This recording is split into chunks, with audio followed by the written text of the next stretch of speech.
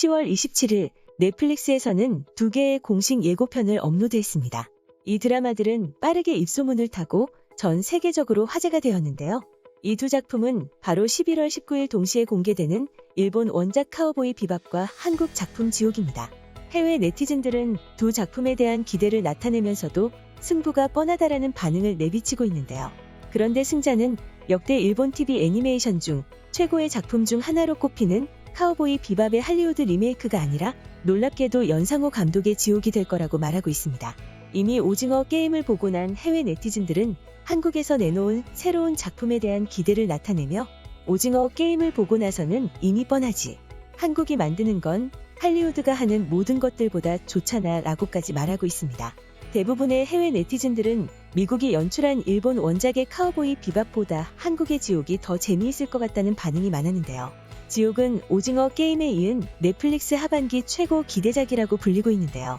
지난 11월 8일 넷플릭스가 공식 발표한 지옥의 마지막 예고편은 전 세계 시청자들을 다시 한번 놀라게 했습니다. 이분 남짓의 짧은 예고편에는 참신하면서도 긴장감 넘치는 극의 전개와 더불어 압도적인 비주얼이 등장했습니다. 이를 통해 참신하면서도 심오한 세계관이 위력적으로 전달되며 이전에 보지 못했던 궁금증을 불러일으켰습니다. 이 영상을 본 해외 네티즌들은 감탄사를 내뱉으며 이런 댓글을 달았습니다. 넷플릭스가 아시아에 투자한 돈의 50%로 다 한국으로 가고 있다고 들었어. 너무 다행이야. 작품들의 퀄리티는 다른 곳과 비교할 수도 없지. 한국 드라마와 영화들은 요즘에 전 세계를 휩쓸고 있는 것 같아. 대단해. 드디어 한국의 엔터테인먼트 시장이 인정받고 있는 것 같아. 더 한국 드라마를 내놔라 넷플릭스야. 킹덤, 스위트홈, 오징어 게임, 그리고 똑같은 감독이 만든 부산행. 다 명작들이야. 난 정말 한국 드라마를 좋아할지 몰랐어. 하지만 요즘에는 유일한 취미가 매달 나오는 한국 드라마를 정주행하는 거지. 이제 다른 것들은 재미가 없어. 한국은 그냥 만드는 것마다 명작이야. 소름 돋았어. 한국의 드라마는 정말 나를 살아 숨 쉬게 해. 정말 요즘 한국은 미쳐 날뛰고 있는 것 같아. 너무 압도적이야. 뭐 K-팝도 그렇고 K-드라마도 그렇고 한국은 사람들을 매료시키는 방법을 너무 잘 알아. 그냥 한국은 아예 새로운 기준을 세워버린 것 같아. 이렇게 해외 네티즌들은 K-드라마가 전 세계를 집어삼킬 기세로 다가오고 있다고 평가했습니다. 반면에 전설적인 일본의 원작을 토대로 한 카우보이 비밥은 시작부터 캐스팅, 연출, 캐릭터 모두 비판을 받고 있는데요. 카우보이 비밥은 와타나베 시니치로 감독의 동명 90년대 명작 애니메이션을 원작으로 하는 넷플릭스 오리지널 드라마로 근미래를 배경으로 4명의 현상금 사냥꾼들이 우주를 떠돌며 겪는 이야기를 옴니버스 형식으로 그려내고 있습니다.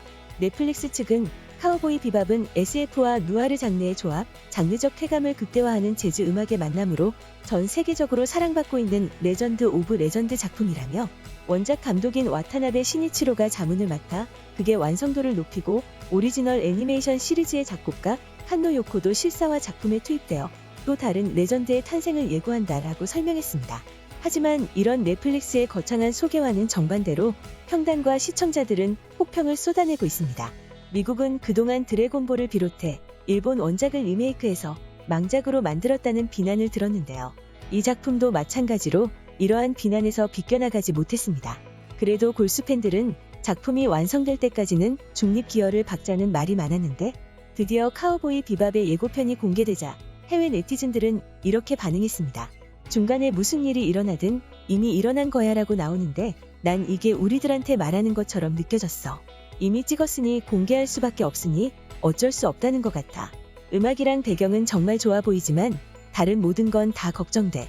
엄청 좋거나 데스노트처럼 망하거나 내가 생각하는 그 시대의 최고의 애니메이션을 실사화를 한다니 뭐 기도나 해야지. 스파이크는 자기가 뭘 하는지 모르는 것처럼 보여. 뭐 이미 기대는 안 하고 있어. 하지만 음악은 뭔가 위안을 주네. 솔직하게 말해서 그 시대의 최고의 애니메이션을 실사화한다는 것 자체가 말이 안 돼. 뭐 나는 이미 희망이 없다고 봐. 완전히 다른 작품으로 취급하려고. 주인공들은 대체적으로 괜찮아 보이지만 페이는 정말 아닌 것 같아. 강아지는 귀여웠어. 드래곤볼 에볼루션이 생각나는군. 기대치를 낮추면 실망하지 않지. 나온다 해서 이 애니메이션을 처음으로 정주행했는데 이건 아닌 것 같아. 이같이 원작 팬들뿐만 아니라 일반 네티즌들도 좋지 않은 반응을 보이고 있습니다. 또한 지난해 1월 이 작품의 주인공 스파이크 스피겔 역할 존조가 인터뷰를 했는데요. 일각에서는 한국계 배우 존조가 왜 이런 작품을 선택했냐며 비판했습니다. 존조의 인터뷰에 해외 네티즌들은 이렇게 불안한 심기를 드러내는데요. 넷플릭스, 제발 또 데스노트처럼 원작을 망치지 말아줘.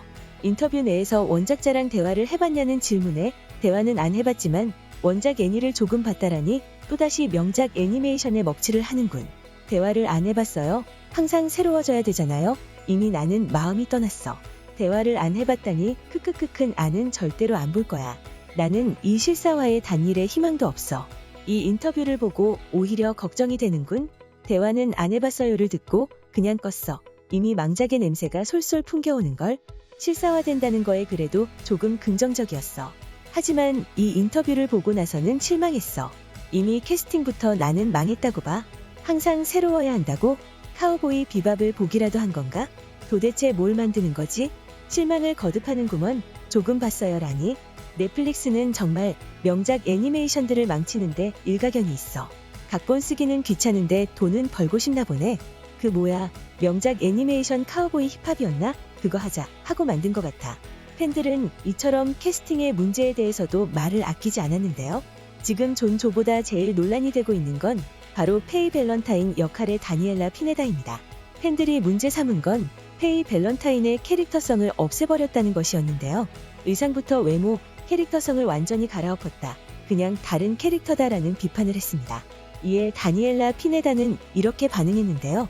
키 183m에 D컵 12인치 허리를 갖지 못해서 너무 미안해. 그런 사람은 찾을 수 없거든 이라며 팬들을 조롱했습니다. 하지만 팬들은 이걸 불난 집에 기름을 붓고 있네라며 문제는 그게 아니라고 하고 있습니다. 팬들과 다니엘라 사이의 논란을 정리해주고 있는 이 영상에서는 이 의상을 코스프레하고 있는 사람들이 얼마나 많은데 못 찾았다고 하는 거지. 바로 똑같은 드라마에 캐스팅된 엘레나 사틴이 있잖아. 의상을 떠나서도 캐릭터의 색깔 자체가 죽어버렸잖아. 옷이 너무 어두워. 그 의상은 캐릭터의 밝은 성격과 캐릭터성을 동시에 보여주는 의도된 장치였는데 완전히 없어졌어. 그리고 키부터 이미 틀렸어. 183이 아니라 168이야. 그냥 원작을 아예 안 본 수준이야. 자신의 캐릭터조차 이해를 못하고 있잖아. 라고 설명하며 배우와 감독 둘 다 원작을 이해조차 못하고 있다고 말하고 있습니다. 최근 오징어 게임의 성공과 더불어 마이네임 지옥에 이르기까지 한국 콘텐츠의 위력이 전 세계로 향하고 있습니다. 이에 일본 내에서는 이미 실사 영화나 드라마는 한국을 따라갈 수 없다며 그래도 애니메이션은 일본이 세계 제일이라고 말하고 있습니다. 하지만 일본 애니메이션 제작 시장의 열악한 시스템으로 애니마저 점점 사양길로 가고 있습니다. 이에 지금 일본에서는 과거 화려했던 원작을 팔아 할리우드 시스템으로 만들고 있지만 이 또한 제대로 된 작품을 만들지 못하고 있습니다.